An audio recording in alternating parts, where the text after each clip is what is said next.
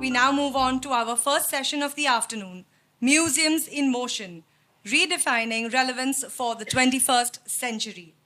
For this, I would like to welcome the moderator, Mr. Asad Lalji, please, on stage. Thank you once again, Aisha. I promise not to come back on stage after this. Few institutions reflect the pulse of a nation's cultural consciousness as powerfully as museums. According to data from the Coherent Market Insights, the global museum market size reached approximately $9.14 billion in 2025 and is projected to reach $20.83 billion by 2032. In the US alone, museums generated around $50 billion in economic impact, including jobs, tourism, and operational spending. Around the world, museums are redefining what relevance means in the 21st century. The 2024 art newspaper Visitor Statistics show how the cultural gravity is shifting. Another study at the University of Lucerne in Switzerland, titled Cultural Flagships, Pathways, Practices, Politics of a Global and Urban Type, reveals a fascinating trend. The global center of cultural influence is moving eastwards. Previously dominated with cities like Paris and New York, are now giving rise to Asian metropolises, particularly China and the Gulf region. While the Louvre in Paris is still leads in visitors at 8.7 million, the most visited museum in Asia last year was the Shanghai Museum East, drawing 4.2 million visitors. We explored the Middle East cultural corridors last weekend at a panel at Art Mumbai across the road that I had moderated, speaking to people from Riyadh, Dubai, and Abu Dhabi. You know, obviously the Grand Egyptian Museum in Giza has just opened, the world's largest archaeological museum, and is expecting to attract 8 million visitors globally. Meanwhile, in Abu Dhabi, the Saadiyat Island has emerged as a beacon of culture. Home to Louvre Abu Dhabi, it received 1.42 million visitors last year. But they're not going to be the only museum on Saadiyat Island. Opening end of this month is the National History Museum. Opening at the end of the year is the Zaid National Museum. And in 2 years, the Guggenheim Abu Dhabi is going to open on Saadiyat Island. There are many other institutions and museums opening in that region, including the Lava Qalam, the M.F. Hussein Museum, going to open in Qatar by the Qatar Foundation. And there are new museums opening in Dubai. Now, India sits squarely in this global narrative. The Yug Yugin Bharat National Museum is now being developed in partnership with France's Museum Development, become the biggest museum in the world with 1.55 lakh square kilometers, with its first gallery slated to open next year. Delhi is seeing a surge of private institutions. The third Kiran Nadar Museum of Art is opening. There's going to be the Bridge. And this is reshaping the cultural landscape of our city's capital. In Mumbai, the museum trilogy of the CSMVS, the NGMA, and the BDL is now joined by a dynamic ecosystem of private museums. The Ziraat Art and Heritage Museum, Sarmaya Museum, and there's going to be a textile museum very soon. All this sets stage for our conversation today. Museums in Motion, redefining the relevance for the 21st century. Over the next hour, we will explore how Indian museums are responding to new expectations, technology, and audiences, how we're becoming more participatory, inclusive, and future-ready. Our distinguished panelists today represent institutions, initiatives at the heart of this transformation. They will help us explore these questions, so please join me in welcoming on stage Directorate of Archaeology and Museums, Maharashtra, Dr. Tejas Madan Garge. Founder, APLI Mumbai, and member of the Mumbai Maritime Museum Society, Vice Admiral I.C. Rao. Retired.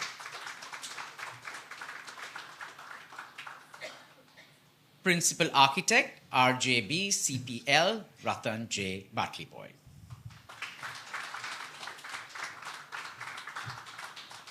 Principal Architect, Somaya Sampath, Nandini Sampath. Urban conservationist and museum designer, founder, Heritage Synergies, India, Komalika Bose. I do apologize, but our star was forgotten. Art historian, curator, Museum of Meenakari Heritage, Dr. Usha Balakrishnan. Thank you all for joining us. And I'm going to start with Dr. Garge. You know, with your experience in excavation, conservation policy, World Heritage nominations, and development of state museums, you have 13 state museums under you. And now audiences are expecting something different. They want museums to be beyond custodians of spaces. They want contemporary public facing museums that are future ready. So, but still, you know, firmed in architecture. So, what are some of the steps that you're doing to keep these museums in motion? Thank you for this question as opening question. I think let me share my experience when I came here for the first time, and I think I'm coming here for the second time after interval of few years. But why this particular incident?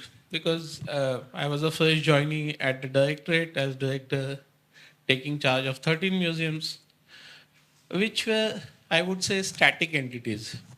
There are certain objects which were placed there 25 or 30 years ago. And my father had told me to go to Nagpur Museum and to look at certain gallery and that particular corner where Victoria's mutilated statue is kept.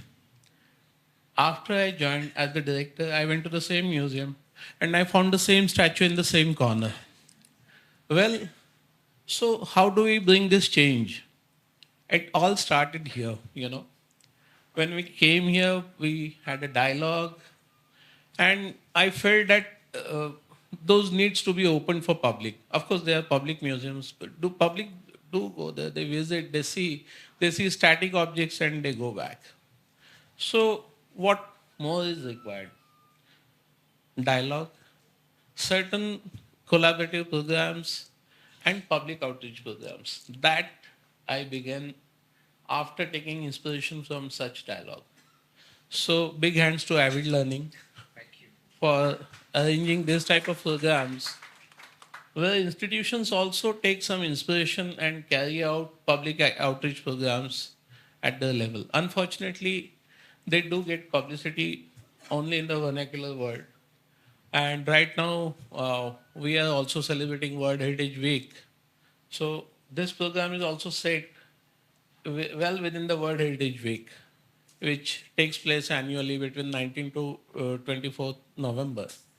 So currently, our every museum is welcoming guests with specially curated programs, special heritage walks, painting exhibitions, or painting competitions, essay competitions, or copy the museum object programs for the kids, and so on. So this has been happening quite on regular basis, and I hope this becomes a permanent entity. And what more is expected? I think we need to take these public outreach programs on bigger level. The government has adopted the monument policy, and similarly, I would urge corporate houses to pressurize government to go for adopt the museum policy as well. May not be entire adaptation of the museum, but at least outreach policies, education programs, that certainly can be catered in a better way by somebody like Avid Learning. We do collaborate with all the museums. And tell me, we were talking earlier, besides the 13 museums, there's a big new museum project. Would you like to share, or is that still public-private knowledge? No. It's not, it's open secret. It's all over YouTube. We had a committee which was set up during the COVID times itself. During my posting in Assam, I was staying right next to the State Museum of Assam. And when I came back to Maharashtra, I realized that there's no State Museum of Maharashtra. All the time, I thought formerly Prince of Wales, or the CSMVS Museum is the State Museum of Maharashtra. But I realized that it's run by a trust and has got nothing to do with government, and it is not a state museum. So I started gathering data, and as an inspiration, I quoted model of Patna, Bihar Museum. There was a discussion in the Assembly House, and inspiration point was, अगर बिहार कर सकता है तो हम लोग क्यों नहीं? And that really triggered conversation among Assembly members, and they happily agreed to provide for State Museum of Maharashtra? Everybody wondered. There's no State Museum. I said, yes, there's no State Museum. So funds are sanctioned, and luckily we are able to secure about 3.5 acres in Bandra complex, and we are working on details. And within 2 or 3 years, the work will begin. And I think focus is to showcase best of Maharashtra's culture, but we are not planning to put huge number of objects, but it is going to be more interpretative, more informative, more digital, a good combination of showcase of objects and ideas. Wonderful. And I believe the Maharashtra State Archives is going to be your neighbor. Oh, yes. Yes. We go hand in hand. But you mentioned the Bihar Museum. I had the pleasure of visiting it and also working. I think we're going to have Rahul here if he's not here already in the next panel. But it is truly a wonderful work of a green museum that's built, and even the programming is just, wonderful. Truly an inspiration.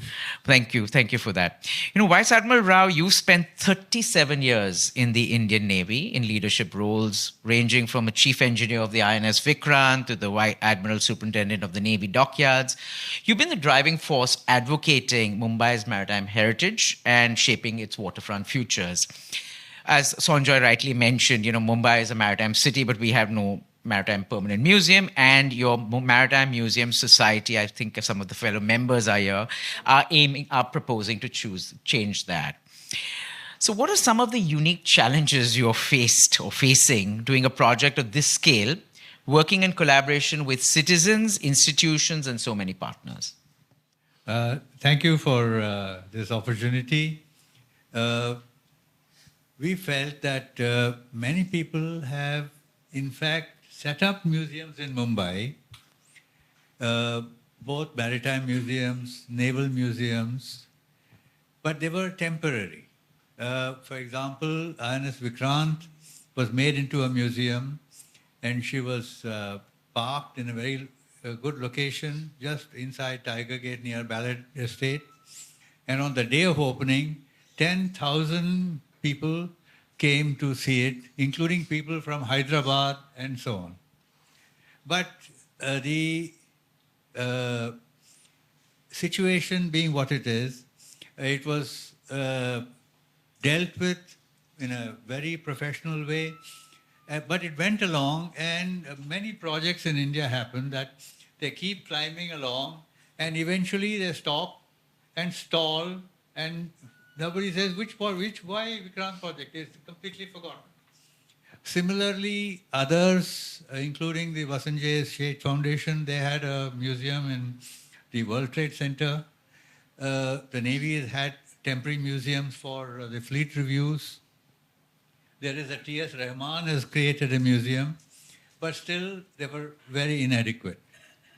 So we must give credit to Dr. Himanshu Rai, when she came for a lecture for the Vasanjay Sheth Foundation. This was in 2019, January. She said, why is it that Mumbai doesn't have a museum? And that made headlines in the newspapers. And so at that time, we had an organization called Apli Mumbai, which had been set up to suggest improvements in the entire eastern waterfront. People of even long-time residents of Mumbai do not know that there is 1,000 acres within 5 kilometers of the Mumbai High Court or the center of the city, which have not been developed because of various legal issues, historical issues, administrative issues, and so on. So when we were doing this, we had suggested that a new plan be drawn up for those 1,000 acres, assuming that they would come for redevelopment. This went through several iterations. First, there was the master plan. There was an architect Mr. Bimal Patel's organization. They produced an excellent plan. Then advisor planning was appointed to the Mumbai Port Trust. And at our suggestion, under the MRTP Act, though it's a central government organization, as per the MRTP Act, a plan was submitted to the Maharashtra government. That has not yet been approved. But that had a museum plot where Haji Bandar is there near Darukhana. There was going to be a jetty where we could park a heritage ship. We have so many ships, sailing vessels now, which qualify. Like this month, there is going to be a sailing vessel called Kaundinya. You might have heard of it. If you have the time, at 9:30 tonight on NDTV, Vishnu Shom is going to tell you about this. It is a sailing vessel which is based on a painting in Ajanta caves, and that has been traced to the Harappan era. And this boat has been built with no steel, only with teak wood and coir stitching, and the glue is fish oil, and with 2 sails. Now, this is now under trial at Karwar. It was built in Goa. It was taken to Karwar, where it is doing the trials, and hopefully in December, it will sail from Porbandar to Oman. Wow. And Nice. But don't you have some tentative space for your music? I thought Oyster Rock or one of those places. so what I mean is there is so much happening which needs to be announced to the world and to India. So when we, after Himanshu Roy's mention, it came in the headlines. Yeah, Indian National Ship Owners Association came to Apli Mumbai and said, why don't you start a museum? This was in 2019. So we had already done the groundwork, and a plot building had been identified, which is when you travel north and just start at the Eastern Freeway, if about 100 yards before that you look right, you will see a building with a clock tower. And that was built in 1890 as the building for the manager of the Princess and Victoria Docks. It is such a solid building, built with stone, local stone, and nice windows and nice archways. And you had visited it in 2019, and that was proposed as a museum. But regrettably, it is inside the customs area, and therefore we have not been able to get it out of it, and we are still with the new chairman who has now taken over as the Mumbai Port Trust. We are in dialogue to get that issue. In the meantime, we also identified Oyster Rock, which is a small island of Colaba. It's only 800 meters away, and it's 1.8 kilometers from Gateway. And we feel that that will make a very good museum, because it was originally, it's 300 years old, that location. And it was first garrisoned, if you believe it, to prevent pirates coming into India, coming into Bombay. So it's got gun emplacements, it's got musket locations, and it's got underground passages, and it is a very historic building. So that being a naval property, we are still in dialogue with the government to try and get this. Basically, our plan has been that unless we get a really permanent location, we will not start the museum. Bombay being what it is, funds are available, but they say, first show us the approvals. Right. So, Anyway, we'll come back to that. I've got two follow-up questions for you, but I just want to do one quick round. With lastly, I would say that our policy is going to be inform, immerse, and inspire. And it will not be, as you say, just artifacts. It will be a complete experience. That's what we have planned. And we have other people like Kamalika Bose and the architects of Mumbai who are helping us prepare this plan. Thank you. By the end of this panel, your plan will be prepared. Dr. Balakrishnan, thank you. I'm sorry about the earlier thing. You know, your deep scholarship in Indian jewelry, the history, and your experience curating major exhibitions from the Alamkara and India Jewels of the Enchanted World to the latest, the Museum of Meenakari Heritage in Jaipur. You've consistently shown how heritage is both rigorous and alive. So what can other institutions learn from this model at the Meenakari Museum, where both artisans, scholars, designers are working together to keep heritage alive and evolving? Thank you, Asad, and thank you for inviting me here this afternoon. Museums are usually associated with objects. I think we all associate museums that the starting point of a museum is you have a collection of objects. The Meenakari Museum actually started with 5,000 square feet of an empty space and not a single object, but with a mandate to establish a museum in that space. It occupies the ground floor of the flagship store of Sunita Shekhawat in Jaipur, who has been responsible for reinterpreting the art of Meenakari, enameling, and introducing a new color palette into Meenakari enameling. So during discussions with her, I suggested, because based on a lot of research that I have been doing in the field of jewelry, that the art of Meenakari enameling has practically died out in other parts of the world, but continues to flourish here in India. Therefore, why not we set up a museum dedicated to the history and art of enameling?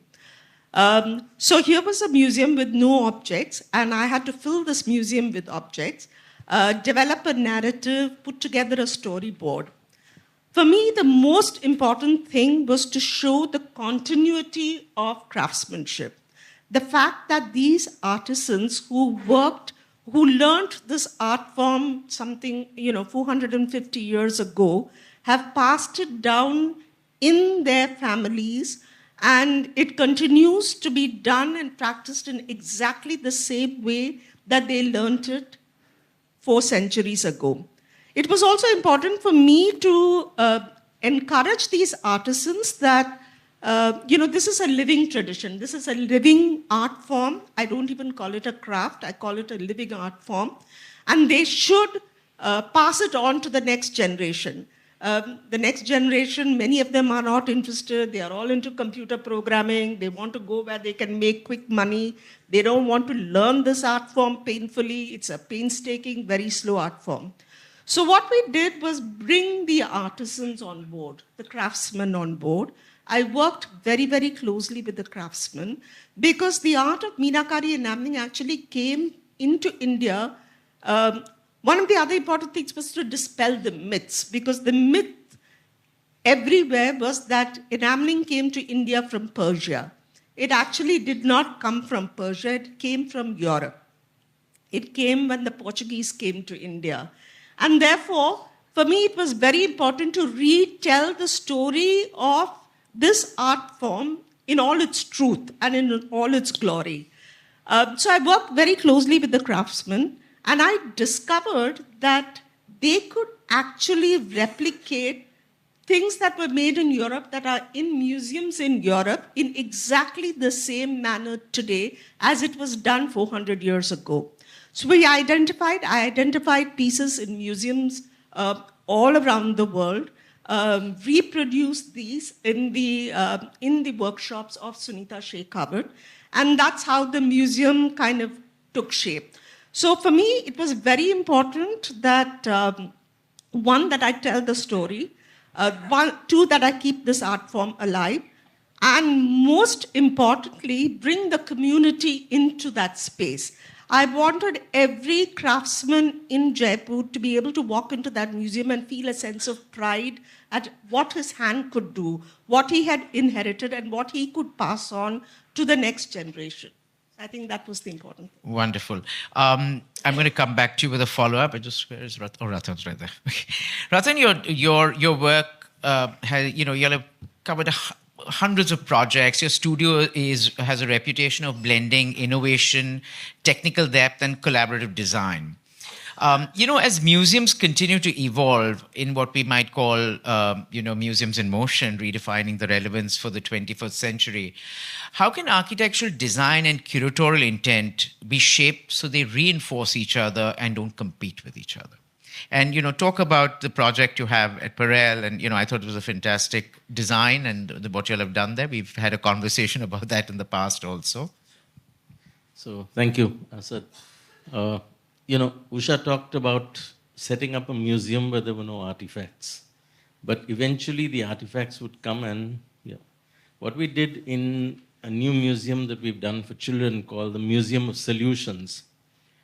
We have a building, we have an idea. And this building, which is the Museum of Solutions, is going to be filled with the ideas that the children generate in that museum. So it's not even about artifacts being stored as a museum. It's about the ideas that the kids will come up with. And this building that we have, it celebrated its second anniversary. It's 2 years old as of 2 days ago, or tomorrow actually, 23rd of November. It started as a training institute, and we moved down to giving children an opportunity to express themselves. So they have to feel, imagine, do, and share. And this FIDS principle, it's a borrowed principle, but eventually we get the kids in to express themselves, to bring in whatever information they have, whatever objectives they have, to try and solve the world's problems. So we start with water, and that's an incredible association because children are given and fed the information about Mumbai and the coalies and what's happening to them and their lives and fishing and where it's disappearing and how new pressures of society are actually changing the way people look and live. And they come up with the issues about what's going to happen about the lack of water or the lack of clean water or whichever way. And this is going to be pretty much recorded and kept in for posterity or shared with the world in terms of generated ideas and solutions. So that's an interesting take, Usha. Just like you said, it's about, bringing in, this is about ideas. We've been involved in a lot of museums. In fact, we're just doing with Rahul Gore, the museum, we're doing 2 new museums in Gujarat. And we're realizing that, lots of money is being spent in these monster projects. And when I say lots of money, it's in thousands of crores. And we try and figure out that this kind of money could eradicate poverty, could repair all the footpaths in Bombay, could change the way we look at life. But the point is we're still indulging, we're still looking at architectural edifices to house either artifacts or the past and try and learn from them. Today's kids, today's demographics, so people who actually visit museums and their concentration spans doesn't even allow you to dwell for 10 seconds on the artifact. It's like hold hands and walk through, and within 25 minutes, the kids have walked through the Prince of Wales Museum or CSMVS, and they feel that they've ticked a box. And this is what we're trying to figure out, that if you just looked at the new digital vocabulary, if you looked at access to content and information, if you looked at establishing maybe, as crude as it sounds, museums in a bus, okay, which can, you can probably have 2,000 buses that can go into the outreach and show exactly the same things and what you wanted to show. In terms of real-time fed content, in terms of upgradable, updatable stuff, you could reach 100,000 more establishments. And those are the kind of interesting things that we're looking at in terms of the future. Right, and the bus museums do exist. I think what you rightly said. It can be sent round, you do scaled up. 300 crores divided by cost of bus and Right. museum. That's the number of buses I'm talking about. And Rahul has been mentioned 3 times in this conversation, and he's right here. And he came in late. Just to let you know, you were missed sorely. All good things, I promise you. Nandini, you're got a very interesting journey spanning law, architecture, and now curatorial curation. With this unusual interdisciplinary lens, which lends a different way of looking at the city. Your latest project, or now it's almost over a year old, is the Mumbai Gallery at the CSMVS. You turned into a storyteller where there were archives, there was installation, AI art coming together to reflect Mumbai's layered history. So how do you translate something as fluid and chaotic as a city into an experience that visitors can walk through? Thank you, Asad. I think as we hear everybody speak today, we realize how lucky we are as a city. You have everything from heritage buildings, exciting new projects coming in. And in Mumbai, we have to be conscious of what we call in the studio God of small projects. Even if there's impact on a small scale, how do we build awareness for everybody in the city with a sense of egalitarianism? So for us, whether it is doing a small park where we're collaborating with START to make the park safer, to elevate it, to give it social meaning, but also introduction to art, culture, or going into a museum space or building it, I think all those are very precious for Mumbai.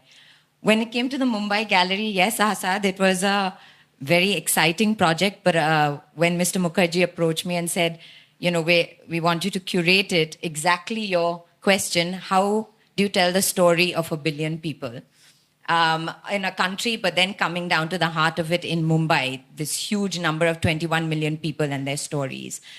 And so the only way that seemed right is to tell it through its people. So what we did is I curated a group or a collective of people across different verticals.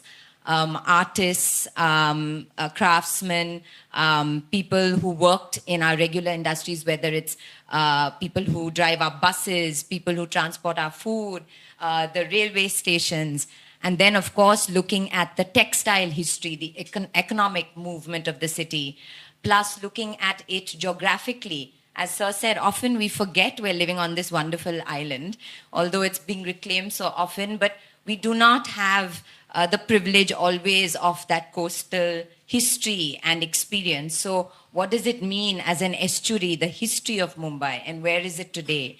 And then finally talking about from the textile boom, what did it mean going into Bollywood, and where does that reach come to the brilliant textile designer Bhanu Athaya, who's often forgotten, but her work is so brilliant.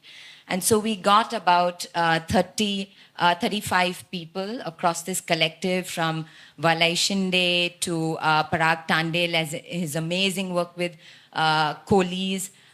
We had Samir Kulavur and his Xerox, fantastic Xerox interpretation of art, which growing up in Mumbai, you'll always see Xerox everywhere. What does that mean today? Working with the BSD department. My favorite, Swabu. And Swabu Kohli, who's this young man who just has his heart in the ecosystem of mangroves and how man and women are linked to the ecosystems of Bombay.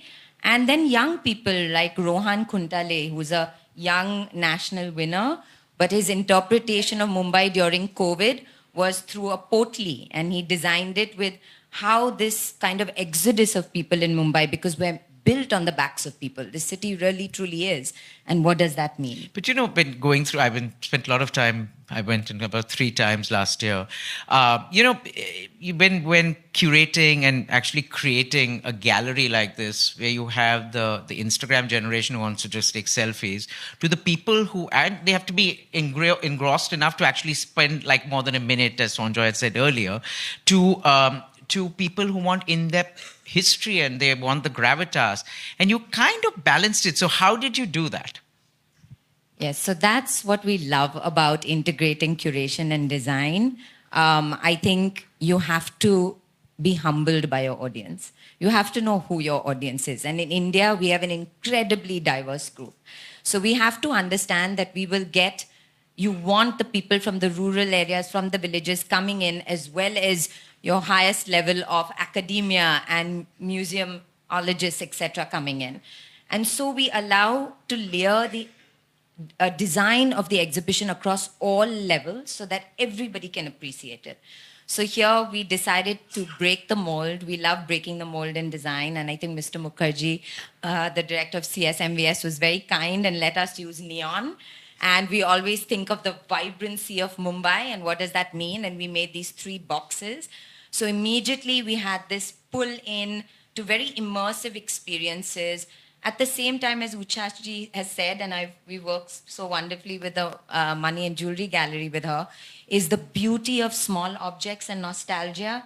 So I used to often walk, like you said, and just watch people react. And we had kept the old bus tickets with the old bus box and the clickers. And you'd see parents go and they'd be talking about how they used it. But children would say, what is that? And so you'd see this generational connect of, nostalgia and then this excitement of not knowing what that ticket was. And I remember the tickets in Maharashtra have the numbers, and we used to add up the numbers. And if you were lucky, there was this lucky number that you would have. So there were all these wonderful nostalgic aspects. And I don't know if how many people know, but there is actually a BST museum. It's and it's got some really gems in it, but it's in a state which needs a lot of love. Yes. And I took my daughter, her learned about the Chalo app, so I took her there, and she was like amazed at the stuff. But then, like, how do you excite her? When you go into some sort of a shanty, I mean, literally, it's like that. But the stuff in there is remarkable. I think you should make sure that museum is moved into your state museum in some way. Kamalika, sorry, you were the last one, but your work sits at the intersection of conservation, urban context, and contemporary museum design.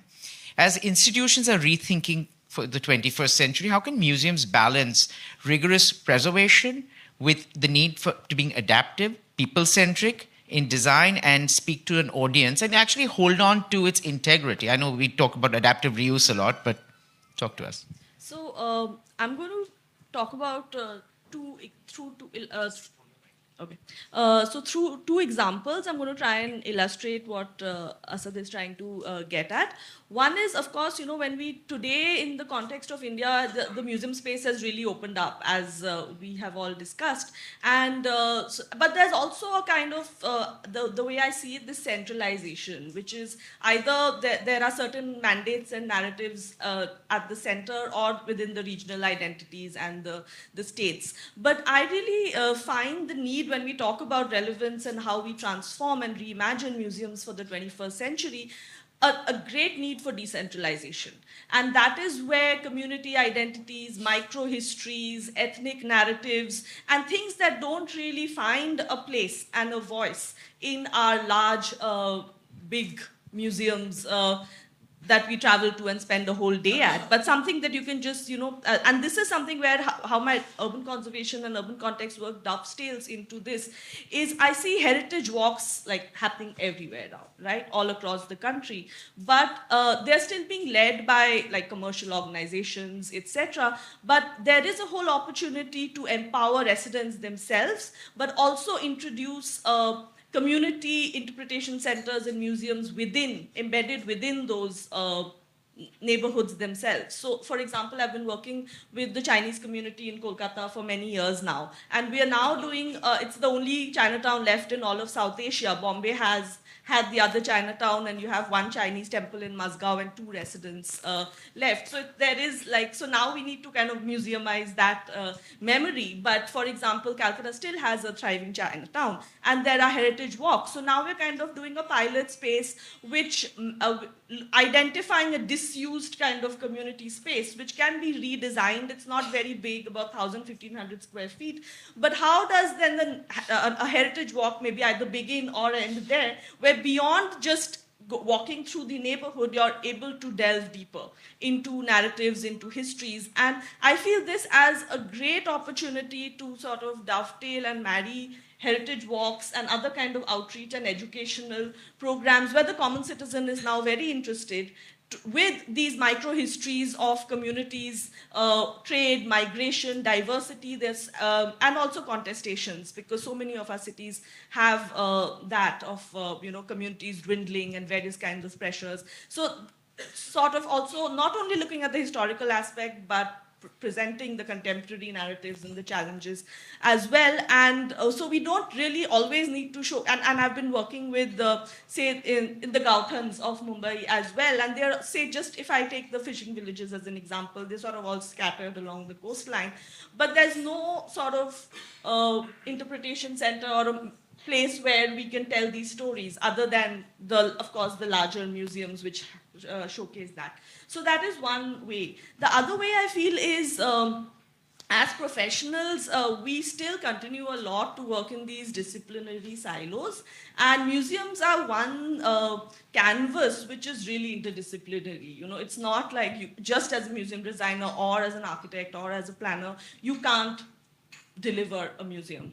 And this is something I feel that right at the scale of the undergraduate education, like there are no museum design programs. You can do it at the master's level, for example, but that's also a very design, exhibition design or a museum. So again, recently in July, I was kind of a mentor for the Deccan Heritage Foundation, which operates in the Deccan region and is based in UK and Bangalore. And they really came up with this really, I thought, path-breaking program which they call the Deccanese Studies program, but it was essentially a collaboration between liberal art and humanities undergraduate students of Ashoka University, the Shiv Nadar University, and Mysore University. And it was a 1-month experiential learning program where with experts, scholars, and mentors, you traveled 2 sites of the Deccan, and eventually so you did 2 weeks of traveling around, and then for 2 weeks you were based in Mysore,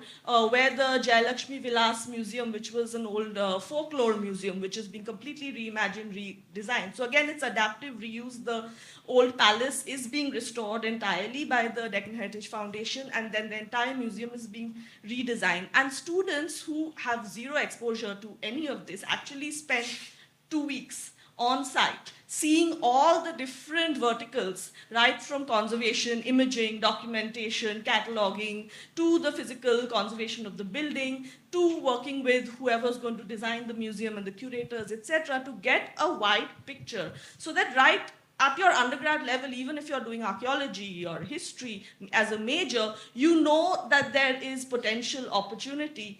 And internships become a very, very good way for museums to really build this long-term capacity, I feel. So just not as volunteers and docents, but to have cycles of trainings and internships are important. So museology education is very important, considering the number of new museums we're embarking on.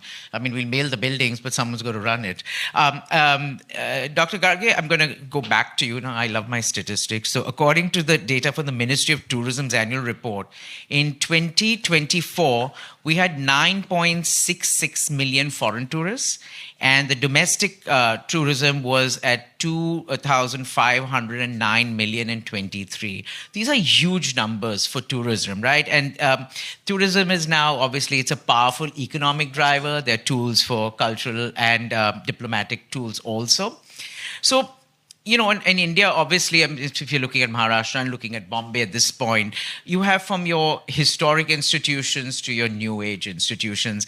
And so from a policy standpoint, how can these diverse spaces be integrated into a unified cultural tourism framework? You know, I was in Gwalior, I was mentioning to you, representing FICCI a few months ago, and they were trying to map all, not just museums, but all the heritage, and in a little tourist, like the Golden Triangle.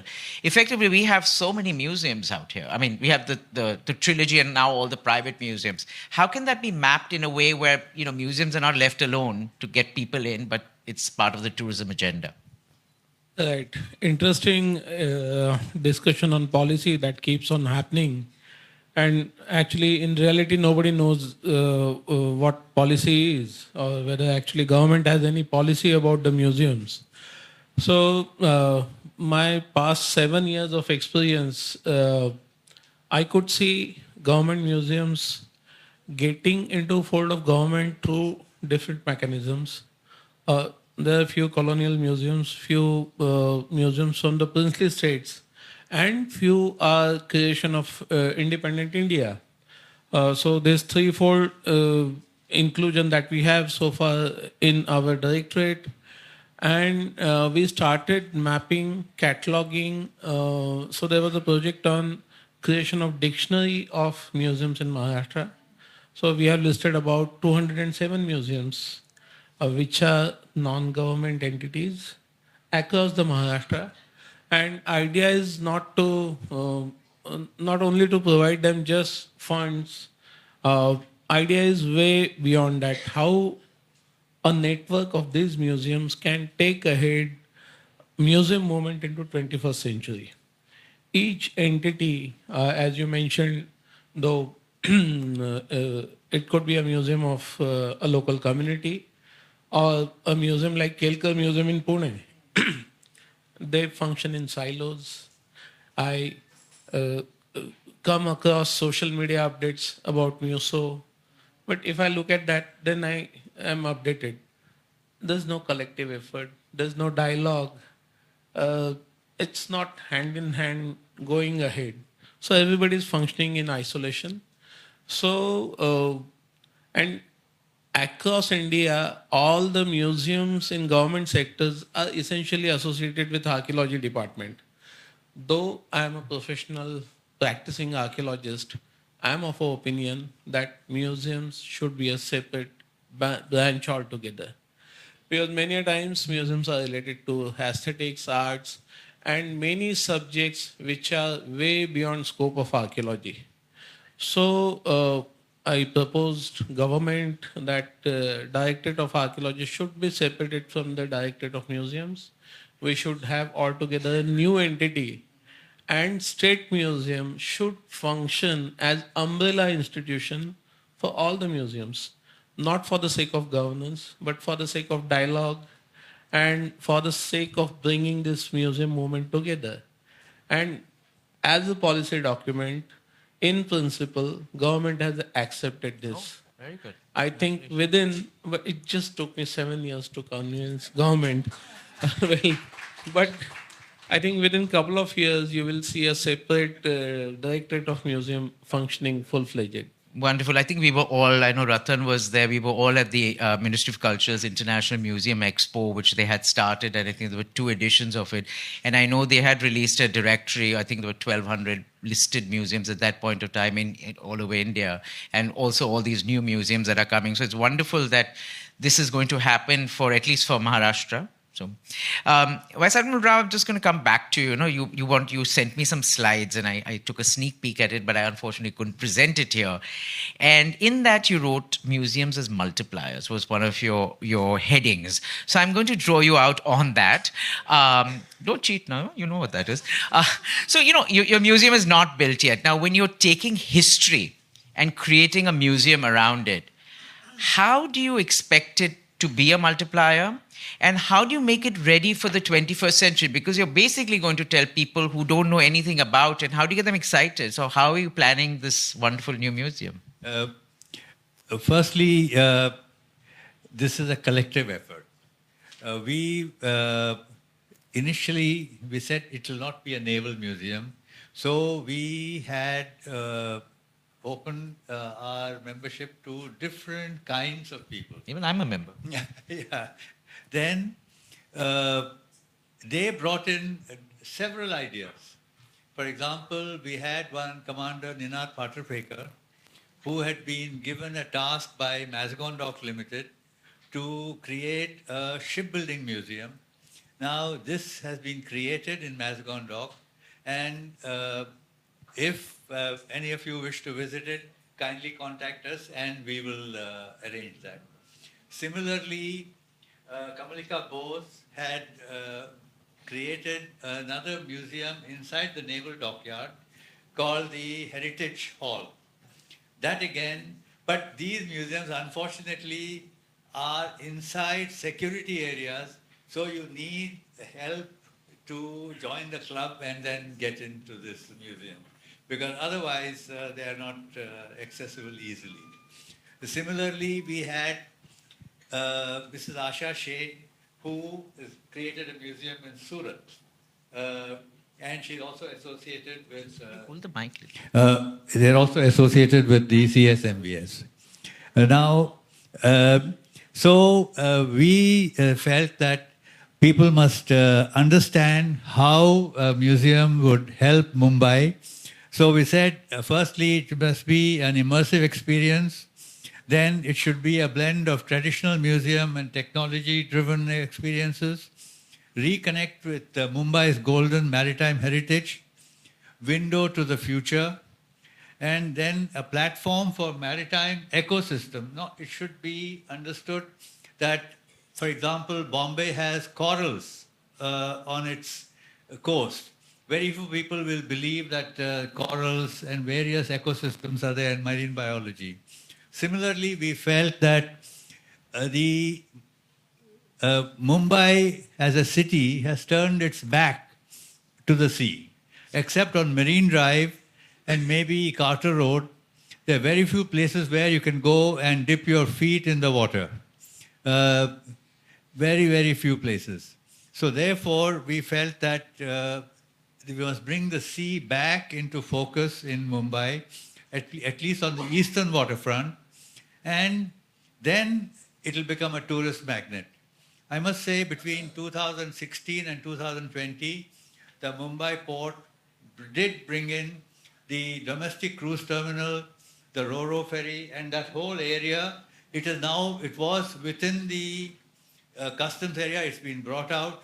Anybody can visit it now. You can go and see and look at, for example, you can look right up to the JNPT, all those islands, across to Mora from there. And that's kind of view you very rarely get, because on a good Sunday, there's 1 lakh people visit Mumbai, the gateway of India. Now, how much can you see there? So that's what we meant was to bring an immersive idea into this museum. Wonderful. Thank you so much. Dr. Balakrishnan, your experience across historic collections, global institutions, new formats, what curatorial shifts do you believe are essential for museums to stay relevant without compromising their scholarly or their authenticity? Wow. That's a challenging question. I think curators shouldn't stay in the same position for 40 years. Which is often the case. I think museums should talk to each other, as Dr. Garg says. They all function in silos. I think museums in India should quickly digitize their collections and put it up accessible to everybody. Nothing is available. And even the National Depository of Museums, the images are stamp size, so you can't even kind of zoom in and study the images. Digitization of collections is very important. I think we should have a lot of inter-museum cooperation. We have never seen an exhibition, for example, of Chola bronzes in Mumbai. We have never seen an exhibition of Gupta art or from the museum in Assam coming to Mumbai. Why isn't that connection happening in India on a national scale? And when I had this discussion with Mr. Mukherjee, when I was doing the jewelry gallery at the CSMVS, he said, don't even say that, we cannot, they don't want to cooperate with us. As a scholar myself, I'm still waiting for a response to letters I wrote 4 years ago to various museums in the country. They just don't respond. So I think it has to start there. Museums, we are using the word museums. Should we actually even use the word museum for so many of these beautiful new institutions that are coming into existence? Even ICOM has changed their meaning. They've kind of expanded their definition of the word museum. Today, even a virtual, they recognize the fact that something that is on the net, that is virtual, is actually a museum. So maybe, we should recognize that scholarship is very important. And I think, one of my early mentors was Martan Singh. And one of the early things that he told me was, publish, publish, publish or perish. I mean, really, that was what he told me. Where are we seeing curators publishing? We have museum journals that are coming out 3 years, backlog of journals. They are not participating. I think Indian scholarship is fantastic, but they are not getting that voice. Why aren't we giving them that voice on a global stage? Why aren't we doing more symposium by inviting this interaction between Indian scholars, foreign scholars, to bring out new curatorial ideas? And even in terms of immersive, one of the issues that came up in the Meenakari Museum, as well as in the CSMBS when we were doing the jewelry gallery, was about introducing technology. Technology goes obsolete. I can't even open the State Bank of India app on my phone anymore because it tells me to go and buy a new telephone. So, that's it just dies out. So we have to be very careful as to what is the kind of technology we are bringing into the museum. The museum cannot be driven, we love these words, it's digital, it's immersive, it's virtual reality, but it's there today, it's gone tomorrow, and the museum doesn't have the funds to keep updating that technology. Having said that, I think curators should actually start seeing what's happening in the world. The great Egyptian museum, or some of the Van Gogh, for example. I don't know how many of you all have been into the immersive experience of the Van Gogh room. I mean, when I looked at it, I said, I would love to enter a Kota painting like this. Right. Or I would love to go into a Kangra painting like this. So, it has to be dynamic. I think, what happens is, as Dr. Garg said, his father sent him and he saw the Victoria statue. It was still in the same place where, you went.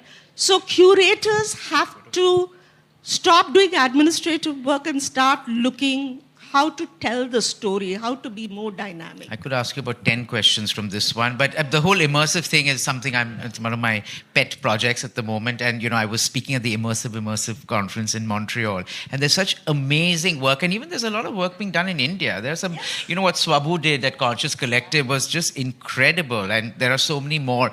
I mean, even what they did at in Ayodhya during the what is that thing called? That was also pretty. I mean, the number of people who have been exposed to it, the numbers who come and see it, and they get to interact with it. But Ratan, I'm going to go back to you. And you talked a little bit about collaboration, and you're in the field, and you're in the know of the museum ecosystem. There are very big projects in the offing. Do you want to just tell us about that, and then tie it back into collaboration? Because world over, museums are collaborating. Even our Yugin Bharat is supposed to be collaborating with the French government. So collaborative in a government sense? Just start with what's happening. It's very important to understand that an architect cannot design a museum and be responsible only for the museum. I mean, the museum is a collective experience, okay? The museologists, the curators, the owners, the financiers, all have been part or should be part of the infrastructure or the collaborative effort. But I think it's very important to we were just talking about the Gujarat Museum where Rahul and myself are collaborating. Both of us architects, both of us actually in competitive zones, but we are supplementing each other, complementing each other in terms of creating a relationship. And on board, we have an exhibition designer who comes in. On board, we will be talking to expert committees, we'll be talking to special matter experts, subject matter experts. Without this, you can't create the good experience, okay? In addition to that, our museum and exhibition designers will be talking to curators, story writers, storytellers, editors, photographers, animators. I mean, this is a huge... Will they be talking to other museums also? We should be talking to other museums. In fact, one of the museums that we're doing is going to be borrowing collections from many other private situations. Rahul is going to talk about that, I hope. The Museum of the Royal Kingdoms of India. Okay? And that's like 562 families or 532. I'm not sure everybody's worrying about or contesting the numbers, but when you have those many princely states coming to contribute to one museum with either a story or several stories about what they're doing, or artifacts or objects, or just historical references, just very simple, relatable relationships in terms of how they gave up everything to become a one India, to the unity of, yeah. I mean, that's fabulous. And when you talk about that kind of collaboration at that kind of level, it's exciting. Thank you. And you would mention some other bigger projects. Yeah. Do you want to share on that, or we can come back to it? Are you talking about Yoga Yogin and stuff like that? Yeah, I mean, so you mentioned something. So in Gujarat, what are the museums that are coming up? So we're doing the Morki Museum, which we're talking about, which is the Museum of the Royal Kingdoms of India. And we're doing the GVM Museum, which is the Gujarat Vandana Museum. That's a state museum, but headed by the PMO's office. And that's why there's a guarantee that it's going to happen.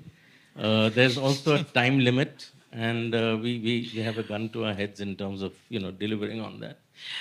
But these are interesting because that's the past, present, and future of Gujarat, and all the achievements. And over there, historically or curatorially, we make one slight mistake or one off step from the expected path. I think we have a lot to be responsible for. So exciting times. Thank you. Nandini, just building off what Dr. Balakrishnan said, looking at technology, and you have a research-driven approach to your architecture and museum plan. How do you evaluate how much to invest, what to invest in? You did AI. Was it the ethics of AI? Technology is abundant and rampant. I mean, how do you choose what you're going to in your museum project? So I think, as you say, we have to learn from everywhere else, and we're watching the space constantly transform. And we have so much of that technology and AI development in India. And as Ushaji was saying, imagine if we could, walk through a painting or walk through a Harappan site or experience, old Maharashtra before it got developed. It's a very exciting way of working.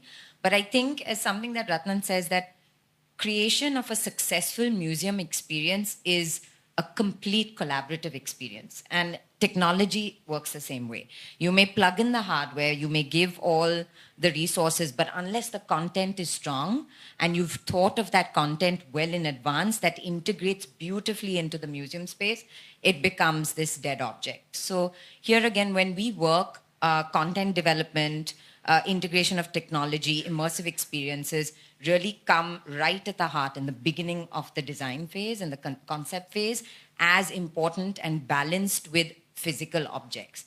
The other thing is what we believe, and very much in India, objects, tangible objects are still precious. So yet reinforcing the importance of a tangible object and making sure you can enhance it by creating an immersive experience using digital becomes important. The other thing is collaborating with great companies. I mean, I'm doing a possible collaboration with two Indian, they're video game developers and also musicians who are translating an old Indian text into an experience for children. So here again, how do you use multidisciplinary people to make the museum experience more interesting? I think, the ego has to be let go. If you truly want something amazing, you've got to think, how many people can I reach out to? And, as everybody talks, you're thinking, what else can I do with this person? That has to be the approach for success. Wonderful. I plan to attend that, though I'm not a child. Komalika, just talk about curation. What does innovation in curation look like right now? I mean, when, besides importing, foreign models or modules that may not be relevant to us. So some of the best practices?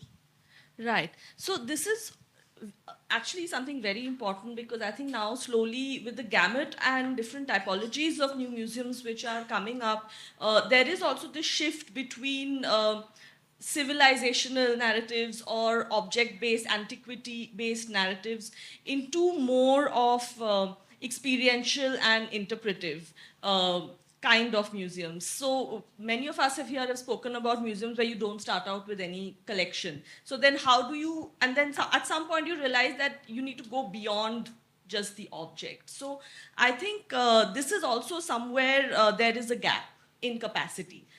Building, that what kind of new narratives can be generated by even the same object. I mean, same object can be interpreted and looked at by 5 different curators in 5 ways, right? So it's really about pushing the limit to using technology, using all of that, the tools that the times of today gives us, but really presenting it very differently. So many times I've been part of museums which are trying to redesign. So a museum a gallery is now dated, so you're trying to redesign that gallery, right? So many times the objects remain the same, but you're trying to tell new stories through it, which then appeals to a younger audience or audiences from a certain socio-economic group who really can't maybe afford a 2,000 rupee ticket to go and do a day trip kind of a museum. So, and another big gap that I see, a challenge in the Indian context in curation is that there is still, we have this language divide in our country, right? Regionally, in the different, as you move from one place to the other. And even though sometimes we put, okay, English is second, but English is never really second. Many times you're kind of, the people who are designing the museums are actually designing it in English and then translating it. But then what does that really do to the storytelling exactly. itself? And which is why sometimes I feel that there are kind of 2 worlds. One, which is all the museums which are happening in all the metro cities and the tier 1 kind of cities, and then these secondary in the districts, in the small district museums, in the small sort of community museums, and there are state heritage communities and different. So we need to kind of cut the cake across and look at all the levels when we talk about curation and reimagining storytelling itself. Wonderful. Thank you for that. I think we'll take 2 questions or 2 or 3 questions from the audience before we close. Yes, Joanne, shout. Do we include their audience and get the inputs? Like, I mean, if you take a small state like Goa, they have a maritime museum right at Vasco. They've had the same Banu Ataya at the Fort Aguada. So if a small little state like that, I mean, can we just go across to the museum director in the Bihar and figure out how this Bihar Biennale kind of boosted their thing? So, I mean, files will not move, things will not happen. Can we just, as you say, drop our egos and go ahead and move? We all attended the Bihar Biennale. It was actually amazing. So, any thoughts? That's the dream. I think it is happening and it must happen. I think you just have to be persistent and patient. And it has to be across the board. As was mentioned, we have to look at India beyond our metros. We have to storytell beyond the metros. And we have to reach out far beyond. So, but we're always hopeful. That's our greatest strength. We're resilient and we're hopeful. So there's plenty of storytelling to be done. There's incredible history. Anywhere in India you walk, you're walking on history. So it's just taking that opportunity and working together. Any other question? Are we considering a common card for all the museums by the government? Question. I'm talking to them about it. And also, are you considering redeveloping or maintaining one of the chawls in Mumbai as a heritage place? Because just as the textile mills have disappeared, all the chawls are also going to disappear, and we are going to lose out on one heritage point. Card and... Yeah. And the third and the last for all is, are you considering North Mumbai as a location for any of the museums? Because you stop at BKC. And it is really difficult to actually develop the culture in North Mumbai. Because I spent 30 years in South Mumbai. It was very easy. Just move out. And then now I am in North Mumbai. I have to make an effort. And it is an effort to build that culture in the new generation. Thank you. Chawl is a little beyond my purview because it's monumental, I would say.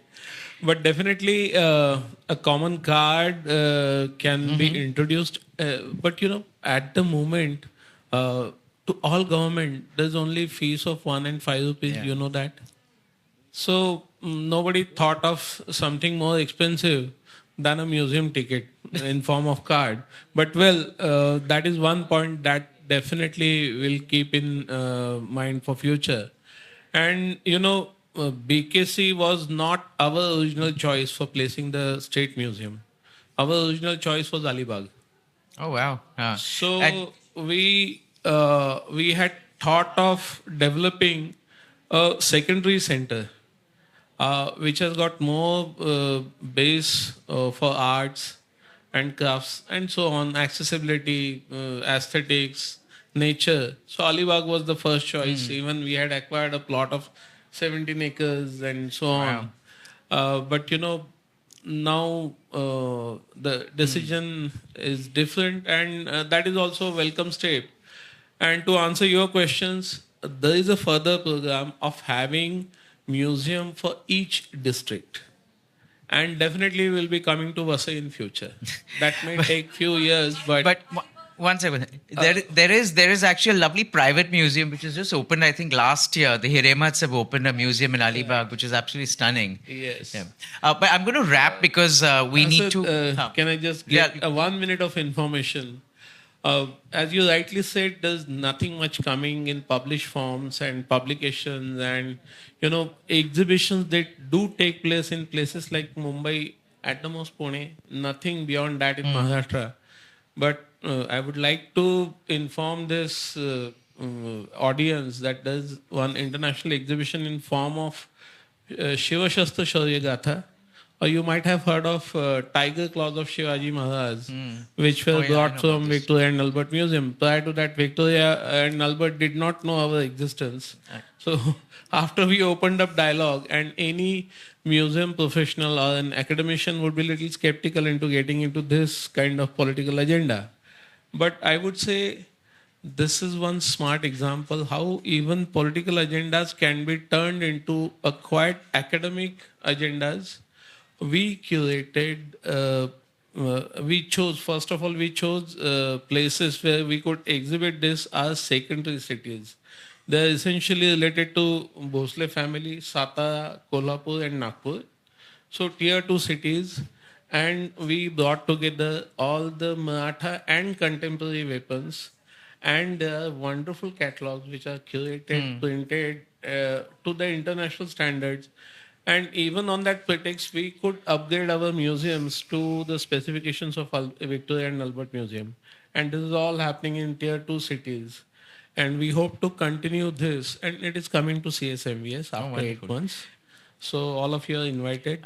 I think the VNA was loaning you a piece. I was with them and we were talking about it. And I said, wow, that's very brave. But we'll just wrap up. I think we'll start this side. Ratan, any closing words of wisdom? I mean, let's use Viksit Bharat 2047 as the benchmark time. What would you see the changes that you would like in the museum ecosystem? In principle, what we're saying is our museums are historical in terms of referencing and stuff like that, hoping that the new generations will learn from what has been happening. Ideally, what we'd look at is, or I'd like to look at, is a future of museums in terms of creating the what-ifs of the state, of the world, of people, of humanity. And I think that would be fabulous. Instead of just trying to learn from the museum of the past, we could look at the museums of the future. And with that, everything would fit in terms of technology, curation, whatever. Wonderful.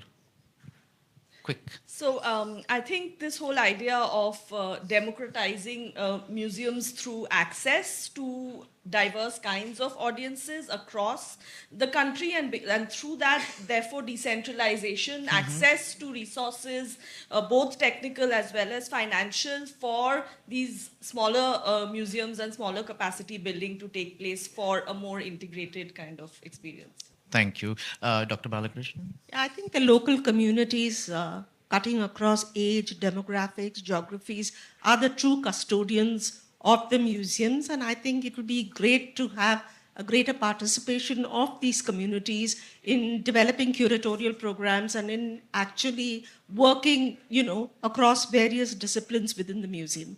Wonderful. Nandini? I believe that diversity is our greatest strength, And it is really the art of thinking independently together. So if we're able to do that and collaboratively work, we'll be incredibly successful. So it's a very exciting period of time for our country. I think our Maritime Mumbai Museum Society will appeal to the citizens of Mumbai to hang on to various artifacts and various exhibits, which we will come to you for you to give you place in the museum which is going to come. Thank you. Oyster Rock. And I'm just hoping all the museum spaces of future would turn into the spaces of informal learning and cultural spaces. Wonderful, wonderful. I mean, I was trying to wrap up this conversation, but after that, what can I say? Thank you to our august panel. I mean, I think I could go on this topic for another 1 hour. Maybe we should have done the whole in Museum Expo out here, but maybe next time. Thank you to our audiences for being here on time. And Dhwani, I have finished exactly at 4, so don't give me daggers. Take care.